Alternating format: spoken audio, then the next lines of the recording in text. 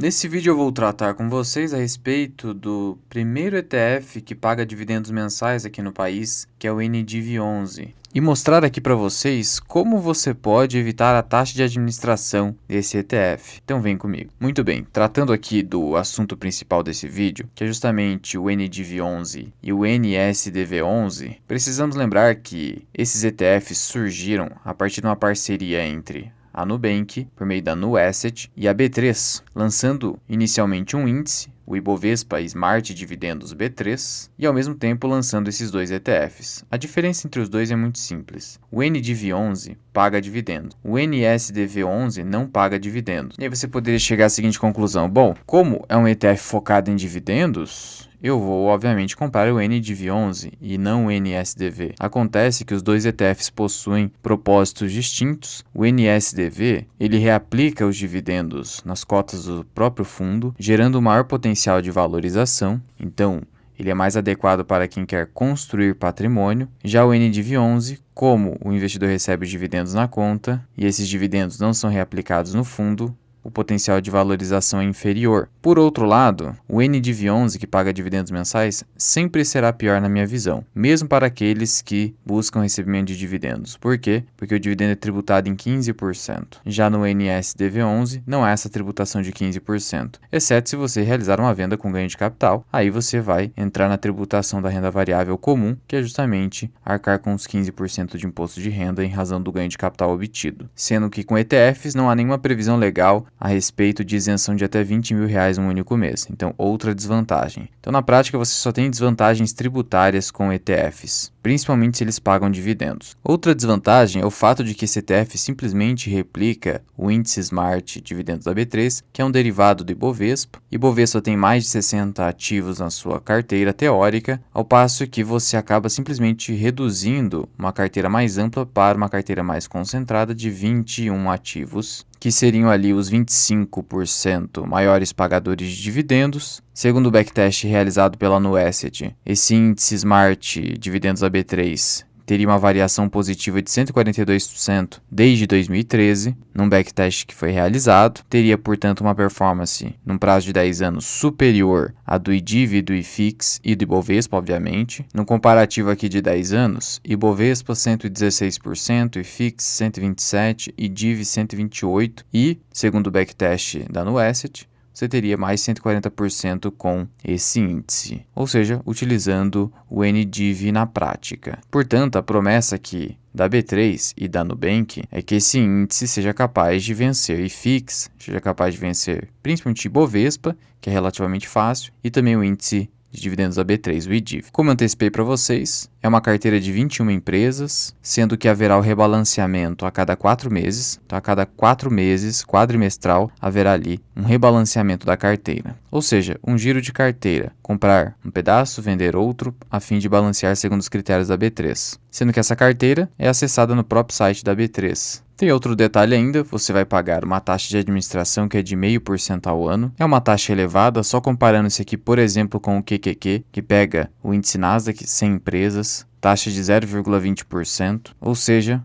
um índice até mais fácil de replicar com apenas 21 empresas, completamente passivo, que é o Smart Dividendos da B3, vai se cobrar uma taxa de 0,5%. Portanto, são custos mais elevados. E tem outro detalhe que precisa ser mencionado aqui: a baixa liquidez atualmente. Como as cotas desse fundo acabaram de ser lançadas na Bolsa de Valores, você não tem liquidez suficiente para realizar compras, então você pode tomar spread muito alto. Até por isso que já houve desvalorização aqui, por exemplo, nas cotas. Lançaram a R$100, por exemplo. E a carteira do fundo é uma réplica do índice Smart Dividendos da B3. E essa carteira tem Taesa, Vivo, BB Seguridade, Santander, Endi, Itaúsa, Banco do Brasil, Bradespar, Semig, Copel, CPFL, Vale, CSN, Gerdau, Vibra, Cirela, de novo aqui Metalúrgica Gerdau, repetindo, Cielo aqui, Petrobras, CSN Mineração e a Marfrig. Inicialmente, vamos olhar aqui rapidamente para os problemas dessa carteira. Tem muita sobreposição e excesso de diversificação. Por quê? Inicialmente, quais seriam os problemas dessa carteira? Primeiro, que é uma carteira muito pequena. Não se justifica você pagar taxa de administração para uma carteira tão pequena. Segundo, que ela possui aqui alguns equívocos. tem repetição de ativos, há um claro excesso de diversificação e correlação clara quando você coloca tanto Gerdau, a controlada, quanto a metalúrgica Gerdau. Não faz sentido. Então você poderia fazer uma opção aqui. Outro ponto, quando você coloca Vale e CSN Mineração na mesma carteira, há uma clara correlação aqui, empresas de atividades muito similares e que estão presentes numa mesma carteira. Você tem aqui, por exemplo, a Marfrig, que tem claramente dividendos não recorrentes, e uma série de empresas mais cíclicas. Então, como você poderia dizer, um índice de dividendos que pega empresas bem mais cíclicas, como por exemplo Cyrela, do setor imobiliário, você tem a própria Petrobras, você tem Vibra Energia, então veja que vai ter aqui uma série de ações cíclicas que vão gerar muita volatilidade nos dividendos, perdendo-se essa atratividade de um índice de dividendos. De qualquer forma, você encontrará esses problemas na grande maioria dos índices brasileiros no geral. Mas veja, como você poderia evitar essa taxa de administração? Simplesmente replicando essa carteira. Você quer replicar essa carteira? Faça isso com uma simples planilha de Excel. O que você poderia fazer? Escrever aqui carteira, proporção.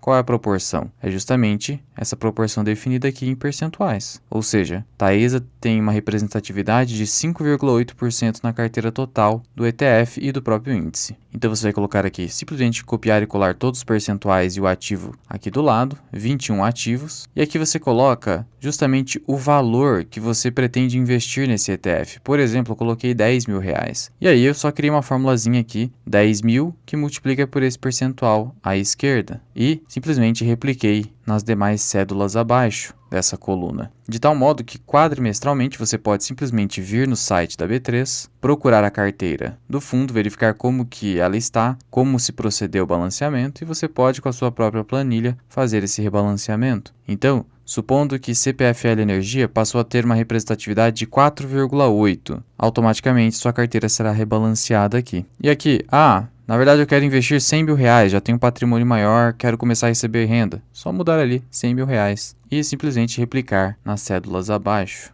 Além da economia da taxa de administração, você irá economizar com tributos, porque você vai receber os mesmos dividendos que o fundo receberá, que é pago pelas empresas na prática, e você vai fazer o que bem entender com esses dividendos, reaplicar nas empresas, nas próprias empresas, por exemplo, ou de uma maneira mais flexível na sua carteira, naquelas ações que estiverem mais baratas na sua visão, ou utilizar os dividendos com a isenção do imposto de renda que ainda beneficia os dividendos, algo que você não vai ter nesse ETF. Portanto, veja, como é extremamente simples replicar esse ETF, essa taxa deveria ser bem inferior. Se fosse até 0,2% ao ano, seria razoável, mas 0,5% já lançou um pouco elevado. Veja, por exemplo, o ETF LFTS11. Ele tem uma taxa de administração de 0,19%, ou seja, uma taxa de administração mais barata do que a taxa de custódia que você paga para investir no Tesouro Selic. Então esse é um tipo de ETF que aí sim traz uma vantagem efetiva para os investidores, não o ETF lançado agora pela Nubank, no Asset e a B3. Isso aqui, com todo respeito, é basicamente entrar na hype dos dividendos e ficar criando produtos sem sentido e para pessoas que têm um pouco de preguiça de simplesmente fazer isso aqui e investir pagando taxa de administração que acaba sendo acima do que é praticado no mercado norte-americano e global. Sem falar que o produto é extremamente simples. De novo, não se justifica esses altos custos tributários e de administração relativamente a um ETF, que é um fundo cujas cotas têm negociação na Bolsa de Valores e, no caso, é um fundo passivo, simplesmente replica o índice de dividendos Smart da B3. Sem falar que aqui você tem mais liberdade com a sua própria carteira, podendo-se excluir ativos que você não queira ter eventualmente, mas também não vai excluir grande parte deles, senão daí você não está simplesmente replicando esse ETF. Mas você pode tirar ali aquelas repetições que eu falei para vocês.